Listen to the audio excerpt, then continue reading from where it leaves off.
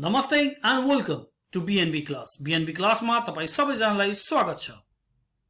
सुरु गर्नुभन्दा पहिला हामी तपाईले अनुरोध गर्न चाहन्छौं, यदि तपाई हाम्रो च्यानलमा नयाँ हुनुहुन्छ भने कृपया च्यानल सब्स्क्राइब गर्नुहोला र बेल आइकन प्रेस गर्नुहोला नबिर्सिकन।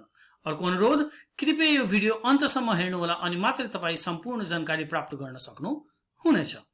आजको हाम्रो टपिक कस्तो छ भन्दाखेरि सानो टपिक हो, तर हाम्रो विभिन्न साथीहरूले अनुरोध गरेको हुनाले हामीले चाहिँ यो भिडियो सानो पारेर तपाईहरुको सहुलियतको लागि यो तयार गरेका छौं। हजुर, आजको हाम्रो टपिक रहेको छ why deposit accounts have different interest rates. किन विभिन्न निक्षेप खातामा भिन्न ब्याज दर हुन्छ त? हामीले थाहा छ हरेक बैंकमा डिपोजिट संकलनको लागि, निक्षेप संकलनको लागि विभिन्न प्रकारका खाताहरू निर्माण गरिएका हुन्छन्, तर हरेक खातामा हरेक किसिमको सुविधा चाहिँ उपलब्ध हुँदैन। त्यसमध्ये मुख्य चाहिँ फरक कहाँ आउँछ भन्दाखेरि ब्याज दरमा, इन्ट्रेस्ट रेटमा। सुरु गरौँ सानो परिभाषाबाट। हुन त हामीले पहिला नै डिपोजिट सम्बन्धी एउटा भिडियो बनाइसकेका छौं र डिपोजिट मोबिलाइजेसन, त्यस सन्दर्भमा हामीले परिभाषा पनि गरेका छौं। यहाँ म एउटा परिभाषा पढेर मात्र सुनाइदिन्छु, बाँकी तपाई आफै बुझ्न सक्नुहुनेछ र भिडियो हेरेर आफै पनि सम्झिन सकिन्छ। पहिलो परिभाषामा पढ्छु। निक्षेप ग्राहकबाट लिएको अथवा ग्राहकले बैंकमा जम्मा गरेको रकम हो।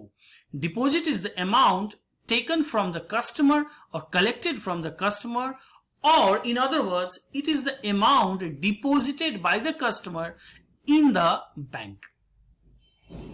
अब डिपोजिटको कुरा गर्दा, विभिन्न खाताको कुरा गर्दा हामी प्रकारको कुरा पहिले एकचोटी गरिहालौं। पहिलो चल्ती खाता, यो संस्थाले खोल्छन्, यसमा ब्याज दर पाइदैन। म साधारणमा मात्र भन्छु, यो सम्बन्धी विस्तृत भिडियो हामी बनाइसकेका छौं, पहिला त्यो हेर्नु होला। म लिंक चाहिँ माथि दिइदिनेछु। बचत खाता, सेभिंग्स अकाउन्ट, यो व्यक्तिले खोल्ने हो हैन, जसमा चाहिँ ब्याज पाउँछ। मुद्दती खाता, फिक्स्ड अकाउन्ट, यसमा ब्याज पनि पाउँछ। यो व्यक्ति र संस्था दुईटैले खोल्न सक्छ, तर यसमा एकचोटी रकम राखेपछि एउटा फिक्स समयसम्म निकाल्न पाइदैन। चौथो कल खाता।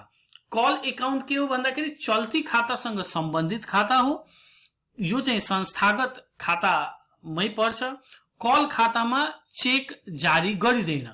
कल खाता जहिले पनि चल्ती खातासँग सँगै हुन्छ, यसमा तर ब्याज चाहिँ दिइन्छ। र पाँचौं अन्य खाताहरू, विभिन्न खाताहरू हुन्छ, जस्तै एउटा मार्जिन अकाउन्ट हुन्छ हैन, सीमान्त खाता हामी भन्न सक्छौं। मार्जिन अकाउन्टमा कस्तो छ भन्दाखेरि कुनै पनि कारोबार या सुविधा गर्दा बैंकले लिएको रकम चाहिँ एउटा अर्कै खातामा खोलेर चाहिँ सञ्चालन गर्छ, जसले हामी मार्जिन खाता भन्छौं। जस्तै उदाहरण लिउँ, तपाईले लकर खोल्नु भयो भने बैंकले केही पैसा तपाईको एउटा अन्य खातामा चाहिँ डिपोजिट गरे हुन्छ, त्यसलाई हामी मार्जिन खाता भन्न सक्छौं। बैंक ग्यारेन्टी खोल्दा पनि मार्जिन खाता, मार्जिन अकाउन्ट ओपनिङ गरिन्छ। यसको लागि चेक इस्यु हुँदैन, ग्राहकले यसले चाहिँ उपयोग गर्न सक्दैन, तर बैंकले अर्को खाता चाहिँ खोलेको हुन्छ। अर्को चाहिँ रेकरिङ खाता हैन, क्रमिक खाता पनि जसले हामी भन्छौं। रेकरिङ खाता पनि एक किसिमको सेभिंग्स अकाउन्ट जस्तै हुन्छ, बचत खाता, जसमा चाहिँ कुनै पनि व्यक्तिले एउटा निश्चित रकम निश्चित अवधिसम्मको लागि निश्चित अन्तरालमा certain amount for a certain period of time in certain intervals deposit गर्छ। यसमा जेनरली बचत खाता भन्दा बढी ब्याज दर प्रदान गरिन्छ। यसको लागि हामीले भिडियो पहिले नै बनाइसकेका छौं, मैले पहिले नै बताइसके, त्यो लिंकबाट तपाई हेर्न सक्नुहुनेछ। अब हामी कुरा गरौँ why interest rate differs in different accounts. किन ब्याज फरक हुन्छ त विभिन्न निक्षेप खाताहरूमा? एक हेर्दै जाउँ। पहिला खाता खोल्ने उद्देश्य, के का लागि तपाई खाता खोल्दै हुनुहुन्छ त? पर्पस के त? त्यस कारणले पनि विभिन्न बैंकले विभिन्न खातामा विभिन्न दरमा ब्याज प्रदान गर्ने गर्दछ। तपाई एकदम व्यापारिक रूपमा कारोबार गर्नले मात्र खोल्नु भइरहेछ भने तपाईले चाहिँ ब्याज बैंकले दिदैन। करेन्ट अकाउन्ट खोल्दिन्छ हैन, तपाईसँग पैसा छ, तपाई चाहिँ हैन यसमा अलिकति पैसा कमाऊ भन्ने हिसाबले खोल्नुहुन्छ भने तपाई निक्षेप खाता खोल्न सक्नुहुन्छ, जसमा बढी ब्याज पाउन सक्दछ। दोस्रो, खाता खोल्ने व्यक्ति, पर्सन ओपनिङ अकाउन्ट। यहाँ व्यक्ति भनेपछि दुई किसिमको बुझ्नुपर्छ हामी, एउटा कानुनी व्यक्ति र अर्को के भन्छ प्राकृतिक व्यक्ति। Natural person and legal person. कानुनी व्यक्ति भनेपछि त्यो व्यक्ति जसको निर्माण, जसको उत्पत्ति कानुनले गरेको छ, जस्तै विभिन्न संस्थाहरू त्यो कानुनको अधिकारमा चल्ने। र त्यही नेचुरल पर्सन प्राकृतिक व्यक्ति भनेपछि जो चाहिँ जन्म लिन्छ, जिउँदो हुन्छ र मर्छ हो। यदि संस्थाले खोल्यो भने उसले के खोल्न पाउँछ? करेन्ट एकाउन्ट खोल्न पाउँछ, कल एकाउन्ट खोल्न पाउँछ, फिक्स्ड एकाउन्ट खोल्न पाउँछ। त्यही नेचुरल पर्सनले यदि खोल्यो भने उसले के खोल्छ? सेभिङ्स एकाउन्ट खोल्छ, फिक्स एकाउन्ट खोल्छ, रेकरिङ एकाउन्ट खोल्छ, हैन? विभिन्न किसिमको। भनेपछि को व्यक्तिले एकाउन्ट खोल्ने हो त्यस आधारमा पनि ब्याज दर फरक हुन्छ। निक्षेपको अवधि, यो त हामीले सबैले थाहा छ, ड्युरेसन अफ डिपोजिट। तपाई कम दिनको लागि निक्षेप राख्नुहुन्छ, अनिश्चित अवधिको लागि निक्षेप राख्नुहुन्छ भने तपाईले ब्याज दर कम पाउँछ। जस्तै उदाहरण सेभिङ्स एकाउन्टमा, कल एकाउन्टमा, किनभने तपाईँ आज राख्नुभयो भोलि पनि झिक्न सक्नुहुन्छ नि। तर तपाईँ यदि होइन म 1 वर्षसम्म पैसा झिक्दिन, हैन, अवधि लामो भयो भने तपाईले फिक्स डिपोजिट खोलिदिनु भयो भने तपाईको के हुन्छ? ब्याज दर बढ्न जान्छ।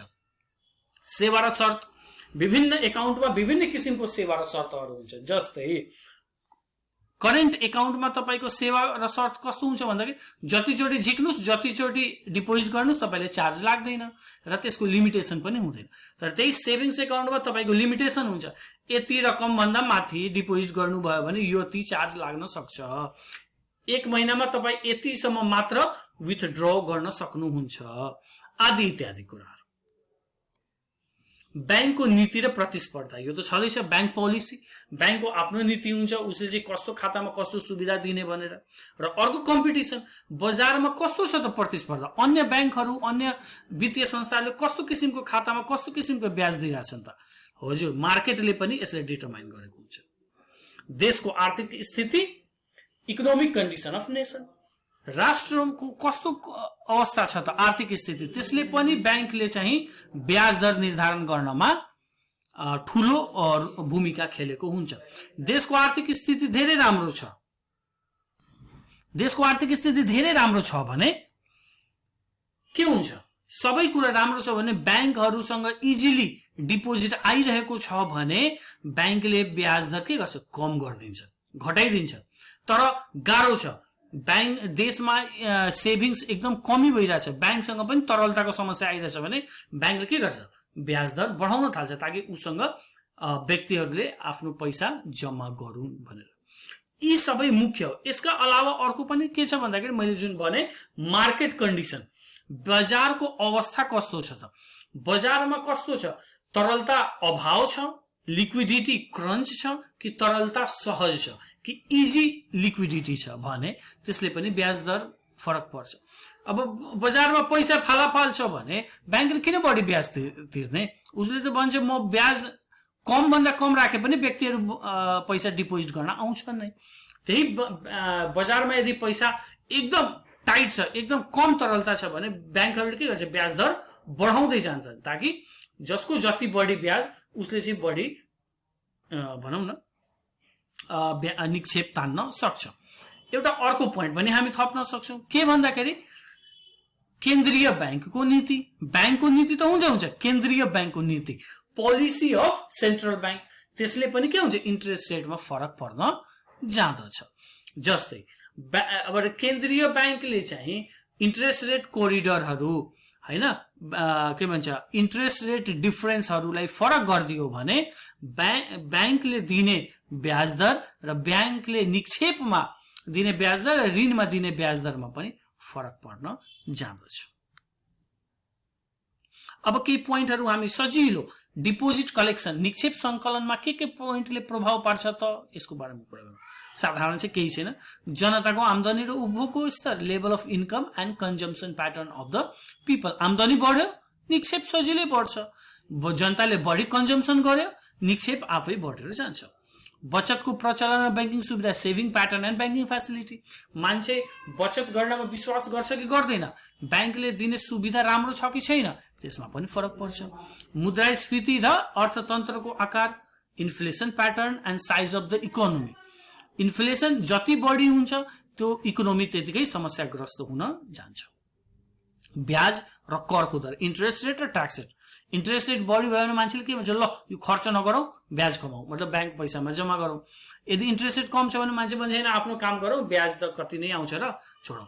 करको दर, सरकारले कर बढाइदियो भने मान्छेसँग पैसा के भइहाल्छ, घट्छ, घट्यो भने डिपोजिट कम भइहाल्छ।